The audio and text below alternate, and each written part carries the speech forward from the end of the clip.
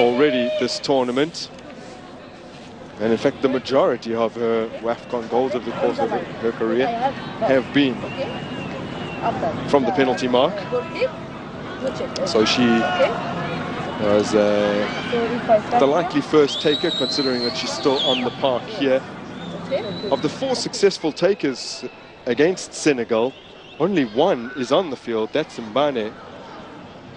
Dlamini, Makubela and Salgado all took penalties against Senegal, all stuck them away, all excellent penalties. And none of them present currently. And talking about Motlahalo's 2 penalty goals, one was actually against Ghana in the match day 1 of it was indeed, game. yeah. The opening goal for South Africa at this tournament.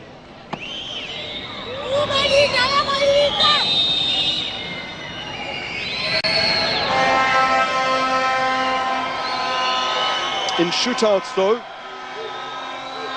Motlhalo has failed previously, famously in the 2018 final, but this time, well, she gets it absolutely right. That is her preferred place to put the spot kick, and it's so well placed that even had Conlon gone diving across goal, it's unlikely she would have got anything on that.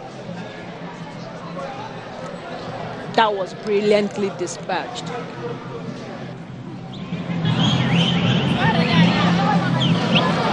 So in their previous 2 knockout matches, it has been Josephine Bonsu who has taken and dispatched Ghana's first kick. Now this time, Boyshloka.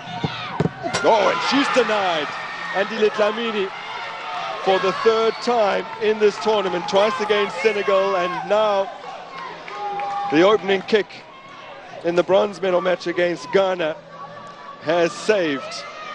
She did convert against Algeria, but she can't against South Africa. What a save that was. I mean, there was too much weight on that ball, but Dlamini did a very good job to have kept it away. Bamanani Mbane struck an absolute corker into the top corner to win the shootout against Senegal. This time she's tasked with taking kick number 2. And the edge is already with South Africa. And the Ghanaian fans trying to create as much distracting noise as they can, but she will not be deterred, not one bit. And South Africa lead 2-0 in the shootouts with a Black Queen's kick to come.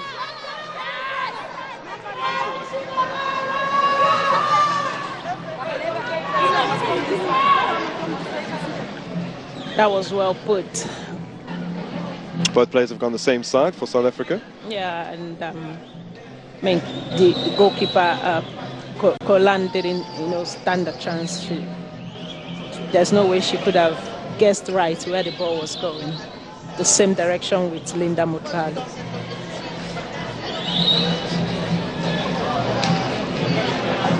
Alice Kusit did convert against Morocco. In fact, she took the second kick after Bonsu had scored the first. They were initially level before things went awry for them. And this, she gets right as well, so they stay in it.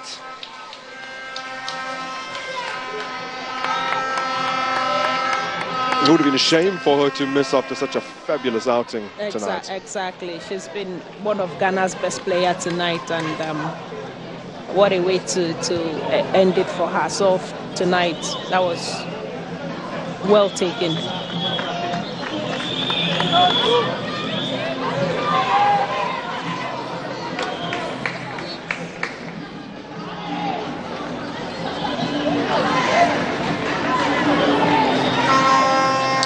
Sibulela Holweni strides up to the penalty mark.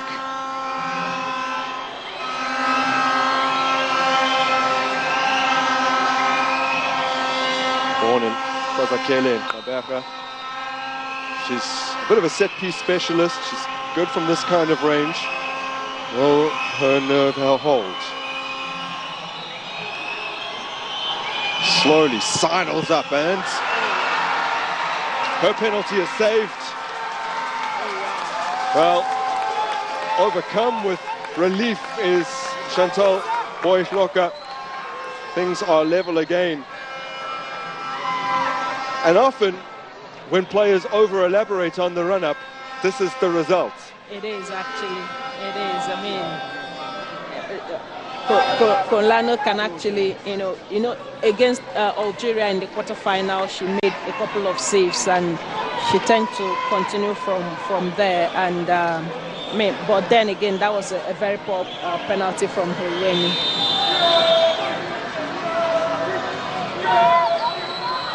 To grab the advantage, which they duly do, Josephine Bonsu, who has now scored from the spots in 3 successive penalty shootouts, makes no mistake, with an excellent pen. It was, and now they are back on level.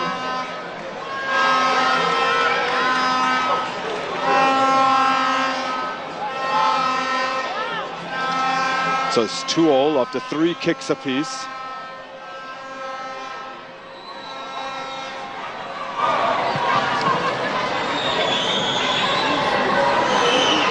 Hilda Magaya, 3 years ago, starring in the final against Morocco. Now trying to help her team to bronze. Oh, Magaya's denied.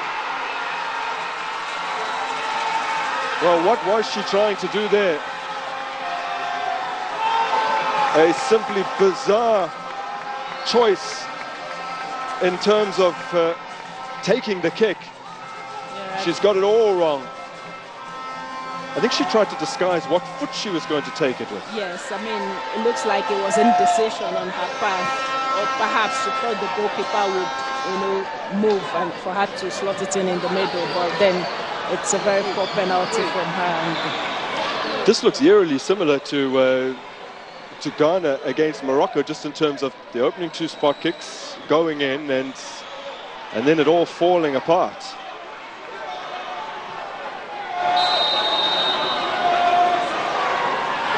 To give Ghana the advantage, Dlamini saves, and it is level once again. So after 8 spot kicks taken, just 4 have been successful, as Jennifer Kujo is the latest to be denied. Well, I think there's going to be a replay. Dlamini seemed to have gone off her line before the play. There was a hint of it in the earlier kicks from both goalkeepers. This is the first one that's actually resulting in a retake.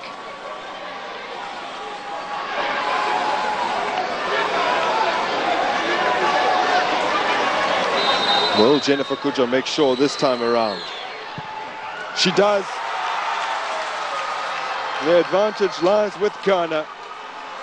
And South Africa have to score now.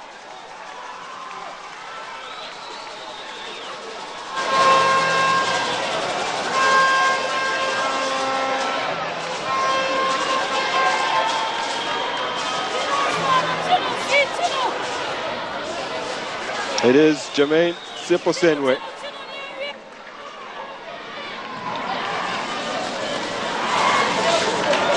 With the last kick of her Banyana career. Hoping not to strike a bad chord on her South Africa swan song. Seposenwe keeps them in it.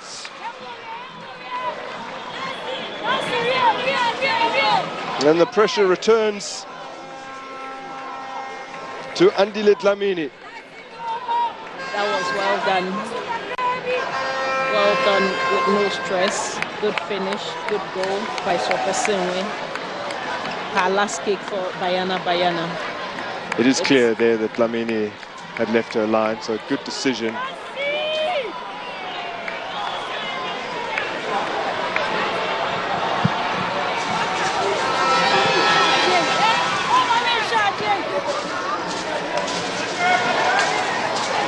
relief flooded over Chantal Boyflok a little earlier on.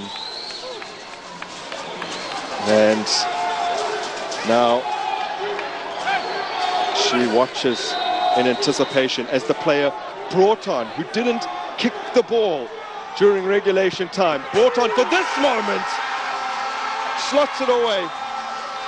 Nancy Amoa, who had played just 20 or so minutes in the tournament up to this point,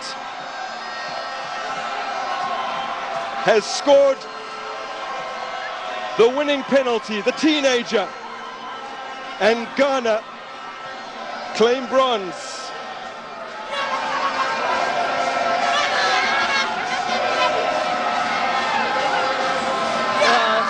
Dlamini tried to stretch to full length, but then the ball went behind her, and it's the winning goal for Ghana, unfortunately for South Africa. I mean, having lost the chance to defend the trophy against Nigeria, winning the silverware would have been ideal for the defending champions, but then again they finished fourth. They fall short of the silverware.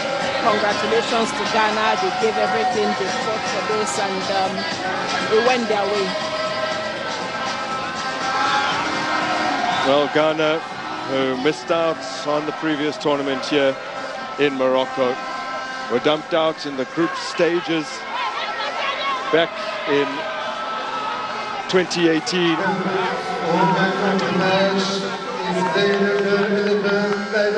Something that was particularly devastating for them, as the host nations have finally returned to the podium. They claim bronze again. It's the fourth time that they finish as third place. Let's hear from the player of the match.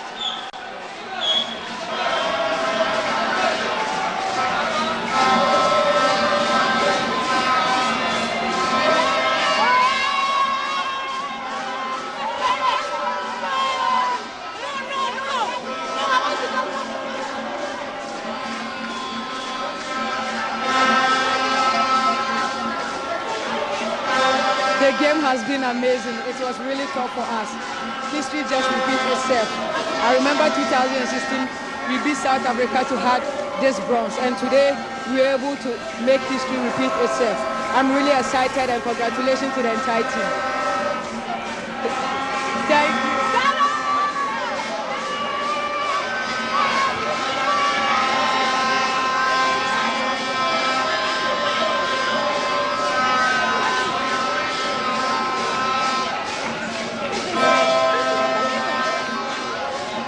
Well, there would have been very few who witnessed this match, either from the stands here at the Harbi Zauli Stadium or from the television sets or cell phones around the world, that didn't think that Alice Kusi was the best player on the pitch tonight.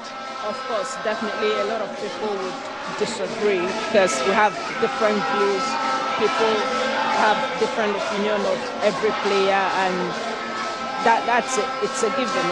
It's not something new that people would actually think that Kusi doesn't deserve. But in this instance, I was saying, I think very few would have a problem with this. Really stood out tonight. There are question marks over whether the goal will be credited to her. I'm still of the opinion that it would probably go down as an own goal. But she ends the tournament as the Black Queen's top scorer, regardless of whether tonight's effort is in her name or not. As we review the statistics here, South Africa with